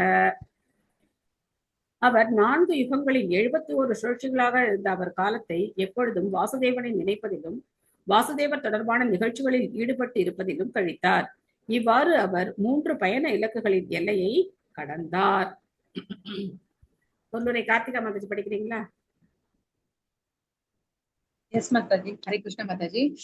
ஸ்ரீல பிரபுபாதருக்கு ஜெய். இந்த 3 பயண இலக்குகளும் உலக இயற்கையின் 3 குணங்களின் கட்டுப்பாட்டின் கீழ் இருக்கும் மக்களுக்காக உள்ளன. இந்த பயண இலக்குகள் சில சமயம் விழிப்பு, கனவு, நினைவற்ற நிலைகளாக வர்ணிக்கப்படுகின்றன. பகவத்கீதையில் இந்த 3 பயண இலக்குகளும் மனிதரின் சத்வம், ரஜஸ் மற்றும் தமஸ் ஆகிய குணங்களின் பயன் இலக்குகளாக வர்ணிக்கப்படுகின்றன. சத்வ குணத்தில் இருப்பவர்கள் விண்ணுலக கோள்களில் வாழும் மேலான நிலைக்கு உயர்த்தப்படுகிறார்கள். ரஜஸ் குணம் உடையவர்கள் பூமியில், இந்த உலகில் அல்லது விண்ணுலக கோள்களில் தங்கிவிடுகிறார்கள். ஆனால் தமஸ் குணம் உடையவர்கள் மனிதனை விட தாழ்ந்த வாழ்வுடைய கோள்களில் விலங்கு வாழ்வுக்கு இறக்கப்படுகிறார்கள் என்று கதையில் கூறப்பட்டுள்ளது. ஆனால் கிருஷ்ண உணர்வில் இருப்பவர் உலக இயற்கையின் இந்த 3 குணங்களை விடவும் உயர்ந்தவர். பகவானின் பக்தி தொண்டில் ஈடுபட்டிருப்பவர் தானாகவே ஜட உலக இயற்கையின் 3 பயண இலக்குகளின் எல்லையை கடந்து பிரம்மபூத அல்லது தன்னை அறியும் நிலையை அடைகிறார் என்று பகவத்கீதையில் கூறப்பட்டுள்ளது. இந்த உலகத்தின் அரசனான ஸ்வயம்புவ மனு உலகியல் இன்பத்தில் ஆழ்ந்திருப்பதாக தோன்றிய போதிலும் அவர் சத்துவ குணத்திலோ ரஜஸ் அல்லது தமஸ் குணங்களிலோ இல்லை. ஆனால் மெய்யறிவு நிலையில் இருந்தார். அதனால் பக்தி தொண்டில் முழுவதும் ஈடுபட்டு இருப்பவர் எப்போதும் விடுதலை அடைகிறார். பகவானின் சிறந்த பக்தராகிய பில்வமங்கல தாக்கூரார் கூறினார், நான் கிருஷ்ணரின் பாத கமலங்களுக்கு பின்வாங்காத பக்தி பெற்றவனானால் பின்னர் விடுதலையான தாய் எப்போதும் என் தொண்டில் ஈடுபட்டிருப்பாள். உலக இன்பம், மதம் மற்றும் பொருளாதார வளர்ச்சியின் முழு நிறைவு என் கட்டளைக்காக இருக்கும். மக்கள் தர்மம், பொருள், இன்பம், வீடு இவற்றின் பின்னால் செல்கிறார்கள்.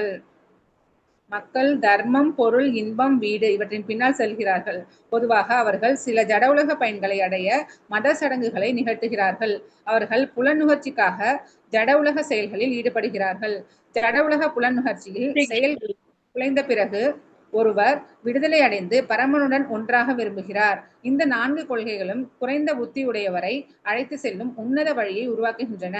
உண்மையில் புத்திசாலிகளாக இருப்பவர்கள் கிருஷ்ண உணர்வில் ஈடுபடுவார்கள். உன்னத வழிமுறையின் 4 கொள்கைகளை பற்றி கவலைப்படுவது இல்லை. அவர்கள் உடனே விடுதலைக்கும் மேலான எல்லை கடந்த நிலைக்கு உயர்த்தப்படுகிறார்கள். விடுதலை என்பது பக்தனுக்கு மிகச்சிறந்த சாதனை அன்று. சொல்ல போனால் மதத்தில் சடங்கு நிகழ்முறைகள், பொருளாதார வளர்ச்சி அல்லது புலநுகர்ச்சியின் ஜட உலக வாழ்க்கை இவற்றின் முடிவுகள் எல்லாம் பொருள் இல்லாதவை. பக்தர்கள் இவற்றில் எல்லாம் அக்கறை காட்டுவது இல்லை. அவர்கள் எப்போதும் தன்னை அறிதலின் பிரம்மபூத நிலையின் எல்லாம் கடந்த நிலையில் அமர்த்தப்படுகிறார்கள். நன்றி மாதாஜி. ஹரே கிருஷ்ணா மாதாஜி. ஹரே கிருஷ்ணா. ஊர்த்வம் கச்சந்தி சத்வஸ்தோ மத்தியே திஷ்டந்தி ராஜசக அப்படின்னு பகவத்கீதையில சொல்லப்பட்டது. ஊர்த்வம் கச்சந்தி அப்படின்னாக்க மேல் நோக்கி, மேல் உலகங்களுக்கு சத்துகுணத்துல இருக்கிறவங்க சொர்க்கலோகங்களுக்கு உயர்த்தப்படுகிறார்கள். ரஜோகுணத்துல இருக்கிறவங்க இந்த மண்ணுலகத்துல திரும்ப மனிதர்களா பிறக்கிறாங்க. தமோகுணத்துல இருக்கிறவங்க மனிதர்களை விட தாழ்ந்த மிருக இனங்கள்ல பிறக்கிறாங்க. அப்போ கிருஷ்ண உணர்வு நிலையில இருக்கக்கூடியவர் இந்த 3 நிலைகளையும் கடந்து போயிடுறார். ஸ்வப்ன, ஜாகிரதி, நித்ரா இந்த 3 நிலைகளையும் கடந்து போயிடுறார். அதாவது உணர்வு அப்படிங்கிறது நமக்கு எப்படி இருக்கு அப்படின்னா, ஒண்ணு உறக்கம், இன்னொன்னு விழிப்பு நிலை, இன்னொன்னு கனவு நிலை. இந்த 3 நிலைகள் ஸ்வப்ன, ஜாகிரதி, நித்ரா இந்த 3 நிலைகள் நமக்கு இருக்கு. சோ இந்த 3 நிலைகளுமே நமக்கு கனவு மாதிரி தான். நமக்கு என்ன மாதிரி? கனவு மாதிரி தான். கிருஷ்ண உணர்வுக்கு ஒருத்தர் வந்ததுக்கு அப்புறம் தான், ஆஹா நான் என்னுடைய வாழ்க்கையை என்ன பண்ணிட்டேன், வீணடிச்சிட்டேனே. இது மாதிரி நினைக்காதவங்க யாராவது இருக்க முடியுமா? கிருஷ்ண உணர்வை உண்மையா நம்ம புரிஞ்சுக்கிட்டதுக்கு அப்புறம் நம்ம இதை நினைச்சிருக்கோமா, நினைக்கலையா? ஆஹா வாழ்நாள் நம்ம வீணடிச்சிட்டோமே அப்படிங்கிற உணர்வு நமக்கு வரணும். அப்படி வந்தாதான் நமக்கு கிருஷ்ண உணர்வு புரிஞ்சிருக்குன்னு அர்த்தம். இல்ல நான் ரொம்ப முன்னாடி ரொம்ப சந்தோஷமா இருந்தேன், ஆனா இஸ்கானுக்கு அதை சாப்பிடக்கூடாது இதை சாப்பிடக்கூடாது அப்படின்னு சொல்லிட்டாங்க அப்படின்னு நம்ம நினைச்சோம் அப்படின்னா நமக்கு கிருஷ்ண உணர்வு புரியலன்னு அர்த்தம். ஆனா நம்ம பழைய வாழ்க்கையை நினைச்சு எப்போ வருத்தப்படுறோமோ, என்னென்னமோ சாப்பிட்டு என்னென்னமோ பண்ணிக்கிட்டு என்ன பண்ணணுமோ அதை விட்டுட்டு வேற என்னமோ பண்ணிட்டு இருந்தோமே அப்படின்னு வருத்தப்பட்டோம் அப்படின்னா கிருஷ்ண உணர்வு நமக்கு புரிஞ்சிருக்குன்னு அர்த்தம். ஆக இப்ப நமக்கு அது எப்படி இருக்கு? கனவு நிலை மாதிரி இருக்கு. இப்ப கனவுல இருந்து நம்ம முழிச்சுக்கிட்டு நம்ம என்ன பண்றோம்? உண்மையான வாழ்க்கையை வாழ ஆரம்பிக்கிறோம். சோ இதுதான் நம்மளுடைய வாழ்க்கையினுடைய அர்த்தம். அப்போ வில்லுமங்கல தாக்கூரார் என்ன சொல்றாரு அப்படின்னா, கொஞ்சம் டிரான்ஸ்லேஷன் கொஞ்சம் கஷ்டமா இருக்கு. உங்களுக்கு யாருக்காவது இது புரிஞ்சுதா? நான் கிருஷ்ணரின் பாத கமலங்களுக்கு பின்வாங்காத பக்தி பெற்றவனானால் பின்னர் விடுதலையான தாய் எப்பொழுதும் என் தொண்டில் ஈடுபட்டிருப்பாள். என்ன அர்த்தம்? முக்தி தேவி வில்லுமங்கல தாக்கூராரோட வாசல் நிக்கிறாங்களாம். யார் நிக்கிறாங்களாம்? முக்தி தேவி நிக்கிறாங்களாம். உங்களுக்கு நான் என்ன சேவை பண்ணட்டும் அப்படின்னு சொல்லி அவங்க கை கூப்பி நிக்கிறாங்களாம்.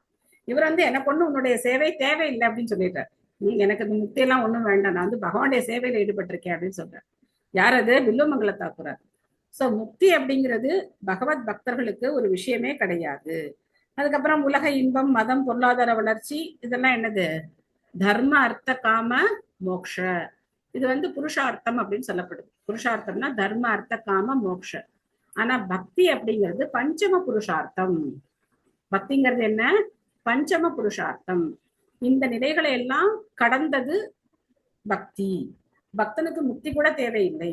முக்திங்கிறது பொதுவா பகவானுடைய பிரம்மஜோதியில கலக்கிறது தான் முக்தின்னு நினைக்கிறாங்க. ஆனா பக்தன் அதையெல்லாம் விரும்புறதே கிடையாது. பக்தனுக்கு என்ன தேவை? பகவானுடைய சேவை மட்டும்தான் பக்தனுக்கு தேவை. போன பொருளுரையில படிச்சோன்னு நினைக்கிறேன். சொர்க்க அபவர்க்க நரகேஸ்வர அபி துல்யாத்த தர்ஷினக அந்த ஸ்லோகத்தை பிரபாத் கொடுத்திருந்தார். பக்தனுக்கு சொர்க்கமா இருந்தாலும் சரி நரகமா இருந்தாலும் சரி அவனுக்கு கவலை இல்லை அப்படின்னு சொல்லி. சாரீரா மானச திவ்யா வையாசே ஏஷ மானுஷாக பௌதிகாஷ்ச கதம் கிளேஷா பாதந்தே ஹரிசம்ஸ்ரயம். அதனால் ஓ விதுரரே, இறைப்பணி செய்து கொண்டு பகவான் கிருஷ்ணனின் பாதுகாப்பில் முழுமையாக உள்ளவர்களின் உடல், மனம், இயற்கை, பிற மனிதர் இவற்றோடு உயிரினங்களின் தொடர்பு பட்ட அனைத்தும் எவ்வாறு துன்பங்களுக்கு ஆளாக இயலும்? சோ அதனால அவங்களுக்கு எந்த கஷ்டமும் கிடையாது அப்படிங்கறத சொல்றாரு. ஜெயஸ்ரீ மாதாஜி படிக்கிறீங்களா? ஜெயஸ்ரீ கண்ணன். ஹரே கிருஷ்ணா மாதாஜி. ஹரே கிருஷ்ணா.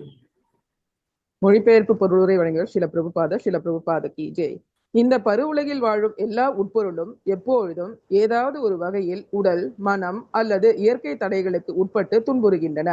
குளிர்காலத்தில் குளிர்ச்சி மற்றும் கோடை காலத்தின் கடும் வெப்பம் இவற்றால் ஏற்படும் கடும் துன்பங்கள் இந்த உலகில் வாழும் உட்பொருட்களின் மீது எப்பொழுதும் துன்பத்தை சுமத்துகின்றன. ஆனால் கிருஷ்ண உணர்வு நிலையில் பகவானது பாத கமலங்களின் பாதுகாப்பினை முழுவதுமாக பெற்றவர் உன்னத மெய்யறிவு நிலையில் இருப்பார். அவர் உடல், மனம் அல்லது கோடை, குளிர் முதலான இயற்கை தொல்லைகளால் துன்புறுவது இல்லை. அவர் எல்லா தொல்லைகளையும் கடந்தவர். ஹரே கிருஷ்ணா மாதாஜி. ஹரே கிருஷ்ணா. அந்த உள்பொருள்கள் அப்படிங்கறத உயிர்வாழிகள்னு நம்ம மாத்திக்கணும். உள்பொருள் எல்லாம் கிடையாது, உயிர்வாழிகள். இந்த பருவுலகில் வாழும் எல்லா உயிர்வாழிகளும் எப்பொழுதும் ஏதாவது ஒரு வகையில் அந்த மாதிரி நம்ம வந்து இந்த உள்பொருள் அப்படிங்கிறத உயிர்வாழிகள்னு மாத்திக்கணும். யகப்ருஷ்டோ முனிபிஹி பிராஹ தர்மான் நானாவிதாஞ்சுபான் நிருணாம் வர்ணாசிரமானாம் ச சர்வபூத ஹிதஸ்ஸதாக. குறிப்பிட்ட முனிவர்கள் கேட்ட கேள்விகளுக்கு விடையாக அவர் சுயம்பவ மனு எல்லா உயிர்வாழிகள், அங்கேயும் வந்து பொருள்கள்னு இருக்கு, உயிர்வாழிகள்னு மாத்திக்கணும், உள்ள அன்பினால் பொதுவாக மனிதர்கள் ஆற்ற வேண்டிய கடமைகளை பற்றியும் வேறுபட்ட வர்ணங்கள் ஆசிரமங்களின் பணிகளை பற்றியும் கற்பித்தார். முடிச்சிடலாம் இந்த அத்தியாயத்தை. ஏ தந்தே ஆதிராஜஸ்ய மனோச்சரிதம் அத்புதம் வர்ணிதம் வர்ணீயஸ்ய தத பத்யோதயம் சுணு. வர்ணிக்க தகுதியானவரும் மதிப்புடையவரும் உண்மையான அரசருமாகிய சுவாம்பவ மனுவின் அற்புதமான குணத்தை பற்றி நான் உங்களிடம் கூறினேன். அவரின் செழுமையான பெண் தேவகூதி பற்றியும் நான் கூறப்போவதை தயவு செய்து கேளுங்கள்.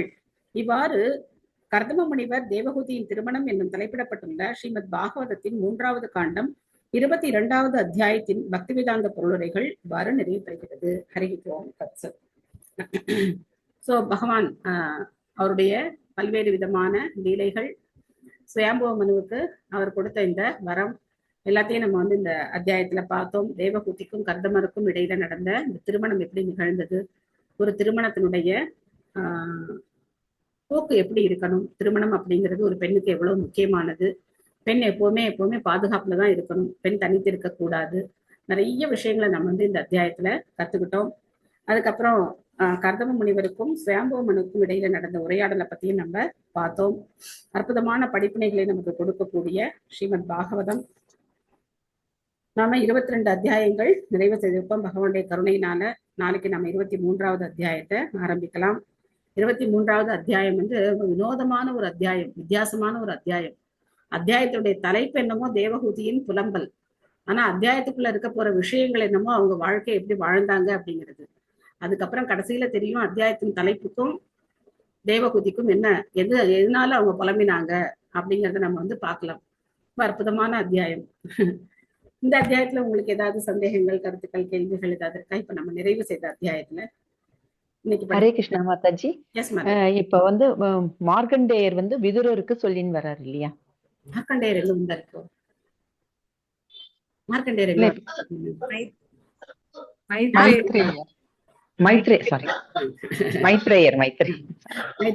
மைத்ரேயர் விதுரருக்கு இந்த தேவகூதி கர்தம முனிவர் எல்லாரையும் பத்தியும் சொல்லிட்டு வர்றாரு.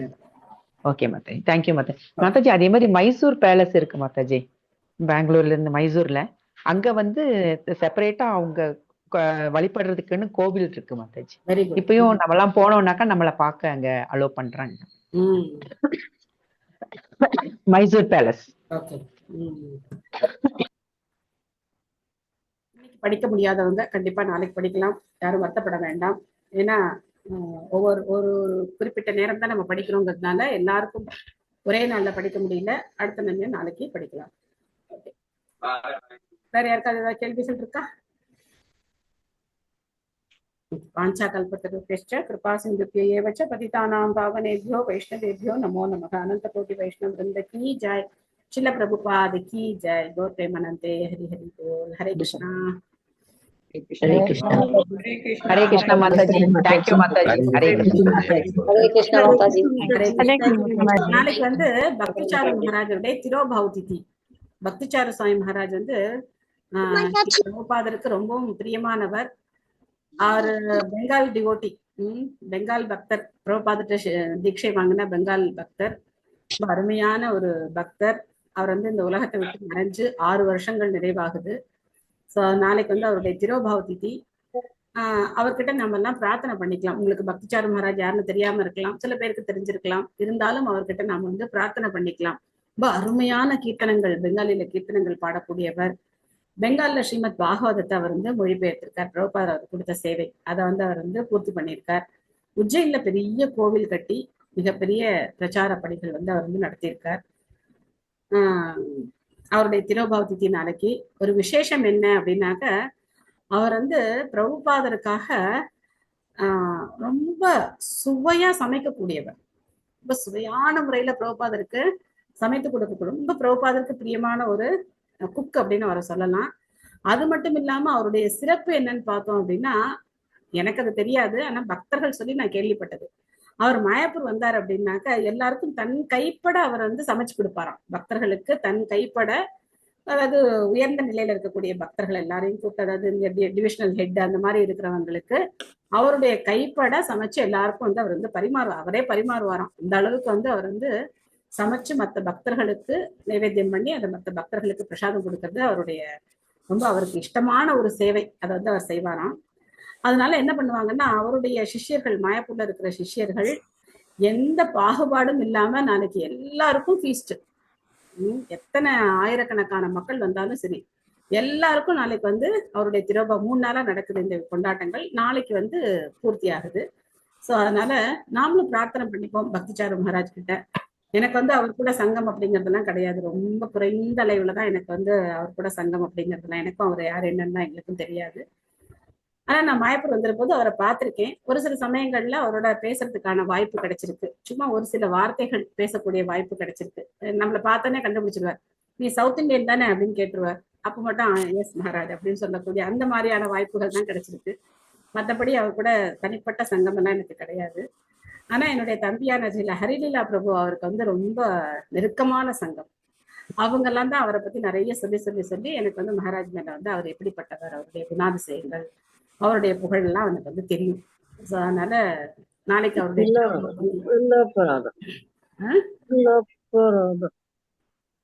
மாதாஜி அவர் சமைச்சதை சாப்பிட்டீங்களா மாதாஜி? இல்ல இல்ல. ஆனா அவருடைய திரோபாவ திதிக்கு போய் நாங்க வந்து ஃபீஸ்ட் சாப்பிடுவோம். ஒவ்வொரு வருஷமும் வந்து எல்லாரையும் இன்வைட் பண்ணுவாங்க. அதனால அங்க போய் நாங்க சாப்பிட்டுருக்கோம். அவர் சமைச்செல்லாம் நான் சாப்பிட்டது கிடையாது. ஆனா அவ்வளவு சுவையா இருக்கும்னு எல்லாரும் சொல்லுவாங்க. அவர் சமைச்சது சாப்பிட்டதுக்கு அப்புறம் நமக்கு வந்து இந்த பௌதிக உலகத்தினுடைய சுவை எதுவுமே பிடிக்காது அப்படின்னு பக்தர்கள் வந்து சொல்லுவாங்க. அவ்வளவு அருமையான சுவையில வந்து அவர் வந்து சமைக்கக்கூடியவர் அப்படின்னு சொல்லுவாங்க அவரை பத்தி. இல்ல இல்ல அதெல்லாம் நம்ம ஃபாஸ்டிங் எப்படி இருக்கும் இது வரைக்கும் அப்படின்னாக்கா, பிரபுபாதர், அவருடைய குரு 3 பேருக்கு தான் நம்ம ஃபாஸ்டிங் இருக்கும். பிரபுபாதர், பக்தி சித்தாந்த சரஸ்வதி, கௌர்கிஷோர் தாஸ் பாபாஜி, அதுக்கப்புறம் நம்ம வந்து பக்தி வினோத் தாக்கூர், இவங்களுக்கு மட்டும்தான் ஃபாஸ்டிங் இருக்கும். அந்தந்த குருவுடைய சிஷ்யர்கள், இப்போ அவருடைய சிஷ்யர்கள் தான் நாளைக்கு ஃபாஸ்டிங் இருப்பாங்க. பக்தி சாரு மகாராஜ் கிட்ட யார் வந்து தீட்சை வாங்கியிருக்காங்களோ அந்த சிஷ்யர்கள் நாளைக்கு வந்து ஃபாஸ்டிங் இருப்பாங்க. நம்ம இருக்கணும் அப்படிங்கிறது ஒன்றும் அவசியமானது கிடையாது. ஃபாஸ்டிங் எல்லாம் கிடையாது. ஹரே கிருஷ்ணா என்று கொடுத்துடலாமா? Hare Krishna Hare Krishna Krishna Krishna Hare Hare, Hare Rama Hare Rama Rama Rama Hare Krishna. Thank you Mataji. Hare Krishna. Hare Krishna. Thank you Mataji. Thank you. Hare Krishna. Thank you Mataji. Thank you Mataji. Hare Krishna. Hare Krishna. Thank you Mataji.